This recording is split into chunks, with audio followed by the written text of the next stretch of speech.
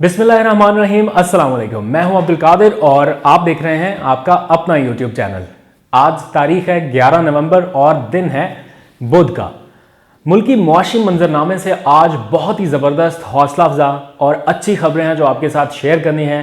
ख़ासतौर पर अगर आप मुल्क के मुआशी सूरत हाल का एक ओवरऑल जायज़ा लेना चाहें कि इस वक्त पाकिस्तान कहाँ पर स्टैंड कर रहा है मुआशी एतबार से, तो ये वीडियो आज आप ज़रूर देखिएगा, क्योंकि कुछ फैक्ट बेस्ड चीज़ें हैं जो आपके साथ शेयर करनी है और ऑफ कोर्स एक सबसे अच्छी और बड़ी खबर इस वक्त की।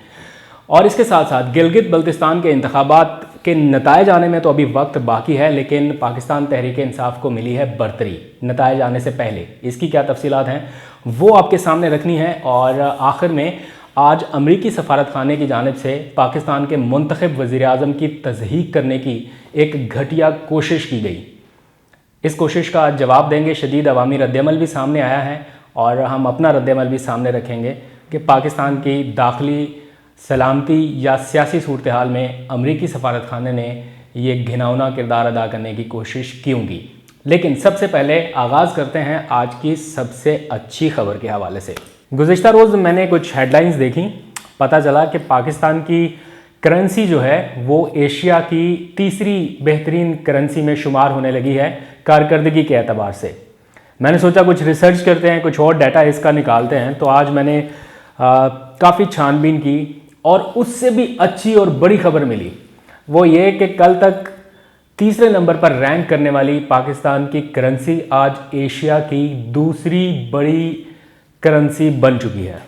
कारकर्दगी के एतबार से दूसरी अहम करेंसी। जी हाँ, क्योंकि 19 रोज़ मुसलसल हो चुके हैं जब डॉलर के मुकाबले में रुपए की कदर हर आने वाले दिन में कुछ पैसे बढ़ रही है। तो जो आलमी इदारे हैं या जरीदे हैं वो अब इसको रिकग्नाइज़ करने लगे हैं और पाकिस्तान का हवाला देकर हेडलाइंस लगाई जा रही हैं कि Pakistani rupees climbs from records low. मतलब इतना नीचे जाने के बाद पाकिस्तान का रुपया वापस अब ऊपर आने लगा है। ब्लूमबर्ग का आर्टिकल आप अब से कुछ घंटे पहले अपडेटेड है और उन्होंने बताया कि आज दिन 12:10 पर पाकिस्तान की करेंसी एशिया की तीसरी नहीं बल्कि दूसरी बेहतरीन करेंसियों में शुमार हो गई। और उन्होंने अपने आर्टिकल में लिखा है, Asia's second best currency is trading at 158.35 rupees. यानी इसका मतलब यह है कि डॉलर के मुकाबले में रुपए की कदर 8 माह की बुलंद तरीन सतह पर पहुंच गई है। उन्होंने एक चार्ट भी जारी किया, आप अपने स्क्रीन पर भी देख सकते हैं, जिसमें वाज़े तौर पर नज़र आ रहा है कि इस वक्त आज के दिन जो करेंसी की पोजीशन है वो इससे पहले इस साल मार्च में थी, यानी 158 के लगभग मार्च में ये करेंसी की वैल्यू थी जो आज है। इसके दौरान तकरीबन 168 पर डॉलर पहुंच चुका था। तो ये बहुत ही हौसला अफजा बात है। यानी अब तक 5.6% इजाफे से रुपए की कदर में तकरीबन 9 रुपये 70 पैसे का इजाफा हुआ है। इसका अंदाज़ा आप शायद ना लगा सकें या ऐसे ही समझें कि 9 रुपये 70 पैसे का इजाफा कुछ नहीं है, लेकिन पाकिस्तान को बिलियंस ऑफ डॉलर्स का फ़ायदा होगा इससे। जो हमारे कर्जे हैं उनमें किस हद तक कमी आएगी, महंगाई में किस हद तक कमी आएगी, ये बहुत ही पॉजिटिव बात है। सिर्फ यही नहीं, ब्लूमबर्ग ने यह भी लिखा कि पाकिस्तान का करंट अकाउंट खसारा 5 साल के बाद सरप्लस हुआ है। वज़ीर आज़म इमरान खान तकरीबन हर तकरीर में करंट अकाउंट खसारे का जिक्र करते हैं। सबको याद हो गया है करंट अकाउंट खसारा क्या है और इसे वो सरप्लस में लाना चाहते थे। ये उनका एक कोर विजन रहा है मईशत का। और 5 साल के बाद पाकिस्तान को ये कामयाबी मिली कि ये करंट अकाउंट खसारा सरप्लस हुआ। और ब्लूमबर्ग के मुताबिक इसकी बड़ी वजह जो है वो जो जितनी भी ट्रांजैक्शन हो रही है पाकिस्तान से अंदर बाहर, जितना कुछ भी आ रहा है वो बैंकिंग चैनल के तौर पर अब कर दिया गया है। उसको डिजिटलाइज किया गया है, बैंकिंग चैनल पर कन्वर्ट किया गया है। मनी लॉन्ड्रिंग, हुंडी, हवाला, इन सब को काउंटर किया गया है पाकिस्तान की हुकूमत की तरफ से, जिसके बायस ये सब कुछ मुमकिन हो रहा है। और जो सबसे हौसला अफजा बात इस वक्त की है वो ये कि पाकिस्तान का जो रिज़र्व है इस वक्त स्टेट बैंक के पास, मरकज़ी बैंक के पास, वो 8 अरब डॉलर से बढ़ के 12 अरब डॉलर पर स्टेबल हो चुका है। जो चार्ट एक जारी किया गया है उसमें आप देख सकते हैं कि अक्टूबर 2019 में हमारे पास सिर्फ 8 अरब डॉलर्स का रिज़र्व रह गया था। तो उसमें से हमको बैरूनी कर्जे भी देने थे। और जब वज़ीर आज़म इमरान खान ने हुकूमत संभाली तो उस वक्त सबसे बड़ा डर जो था वो ये था कि अगर ये रिज़र्व 5 अरब डॉलर तक आ गए कर्जे देने के बाद, या मुल्क चलाने के लिए जो रकम रिलीज़ करनी पड़ती है, तो ये 8 अरब से कहीं 5 अरब डॉलर पर आ गए तो पाकिस्तान डिफ़ॉल्ट कर सकता है, दिवालिया हो सकता है, और फिर हमें मदद के लिए इधर उधर भागना पड़ा। आपको याद है सऊदी अरब से मदद ली, चीन से मदद ली, जिसके बाद हमारे रिजर्व कुछ स्टेबल हुए। लेकिन अब स्टेबल होने के बाद बढ़ते बढ़ते अब 12 अरब डॉलर पर पहुंच चुके हैं, और ये सिर्फ मरकज़ी बैंक के पास हैं। अगर कमर्शियल बैंकों के भी मिला लिए जाएं तो तकरीबन 17 से 19 अरब डॉलर्स के रिज़र्व हमारे पास इस वक्त हैं।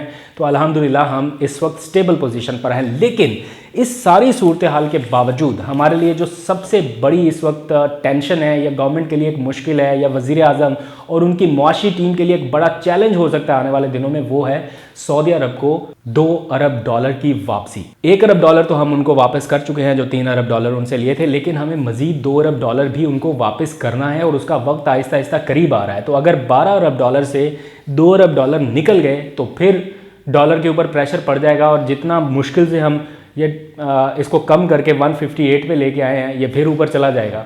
तो इसका अब काउंटर क्या किया जाए? तो वज़ीर आज़म ने एक हिकमत अमली तैयार की अपनी मुआशी टीम से, उन्होंने बातचीत की, स्टेट बैंक को ऑन बोर्ड लिया, और उनको ये कहा जो रोशन डिजिटल पाकिस्तान अकाउंट का लॉन्च किया गया था उसको एक्सपेडाइट करने का फैसला हुआ। यानी बाहर के मुल्कों में जो ओवरसीज़ पाकिस्तानी बैठे हैं उनको दावत दी गई थी कि वो पाकिस्तान में सरमायाकारी कर सकें।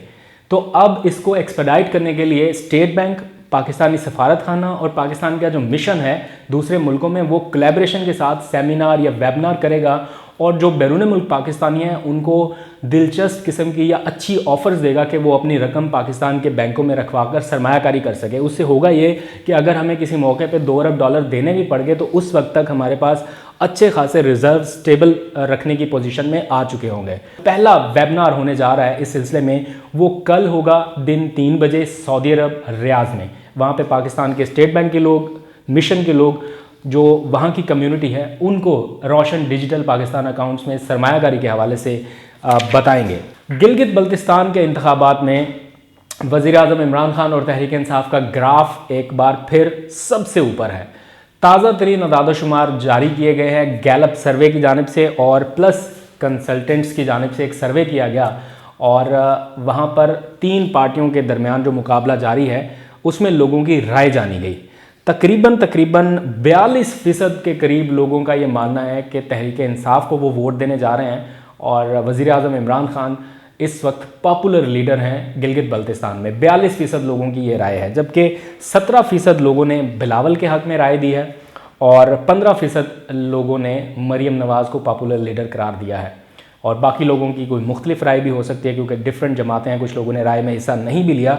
लेकिन बिलावल की तवील मौजूदगी और मरीम नवाज़ की ये जो धुआंधार कैंपेन इस वक्त गिलगित बल्तिस्तान में रही है, इसके बावजूद 2 पार्टियों के लीडर वहाँ पर कैंपेन कर रहे हैं। वज़ीर आज़म इमरान खान ने कैंपेन में हिस्सा नहीं लिया, उनके दूसरे लोग जाके कैंपेन कर रहे हैं। इसके बावजूद पाकिस्तान तहरीक इंसाफ बड़े मार्जिन से सर्वे में लीड करती हुई दिखाई दे रही है, और हो सकता है ऐन मुमकिन है कि अवामी राय के मुताबिक पाकिस्तान तहरीक इंसाफ ही गिलगित बल्तिस्तान में हुकूमत बनाने में कामयाब हो। लेकिन ये सिर्फ एक राय है, नतीजा नहीं है। मुराद सईद और जुल्फ़ी बुखारी को वज़ीर आज़म ने मैदान में उतार दिया है। पहले मुराद सईद गए, अब जुल्फ़ी बुखारी कैंपेन कर रहे हैं, और अली अमीन गंडापुर के कुछ बयानात ऐसे आए कि लोग शायद चाहते थे कि कुछ नए फेसेस वहाँ पर कैंपेन करें, तो अब मुराद सईद और जुल्फ़ी बुखारी को ये जिम्मेदारी दी गई है, और वो इस कैंपेन को लीड कर रहे हैं। आखिर में बहुत अहम मौजू, अमरीकी सफारत खाने की जानिब से आज पाकिस्तान के मुंतखब वज़ीर आज़म की तज़हीक करने की एक, यूँ समझ लीजिए कि घटिया कोशिश की गई। एक सियासी जमात का नैरेटिव आगे बढ़ाने की कोशिश हुई मुस्लिम लीग नून के रहनुमा एहसन इकबाल की जानिब से, जो कि उनका हक़ है कि वो सियासी ट्वीट करें। उन्होंने एक ट्वीट किया जिसमें अमरीकी इंतखाबात का हवाला था कि डोनाल्ड ट्रंप को निज़ाम से बाहर कर दिया गया, और उन्होंने उसको ये कहते हुए लिखा कि यहाँ पाकिस्तान में भी ऐसा ही कुछ होने वाला है, और यहाँ का जो वज़ीर आज़म है, यूँ समझ लीजिए, उसको भी निकाला जाने वाला है। तो यूएस एम्बेसी के ऑफिशियल अकाउंट से वो रीट्वीट किया गया। खलबली मच गई सोशल मीडिया पे। जो समाजी हलके हैं, अवामी हलके हैं, या सियासी हलके हैं, हुकूमती हलके हैं, उनमें तशवीश की लहर पाई गई। हमने खुद इसको देखा, ऑब्ज़र्व किया, और मैं तो खुद बड़ा हैरान था कि ये किस तरह से हो सकता है कि सफारत खाने इस तरह का काम नहीं करते कि वो सियासी एक्टिविटीज़ में शरीक हों या सियासी ट्वीट्स को वो रीट्वीट करें, यानी इंडोर्स करना।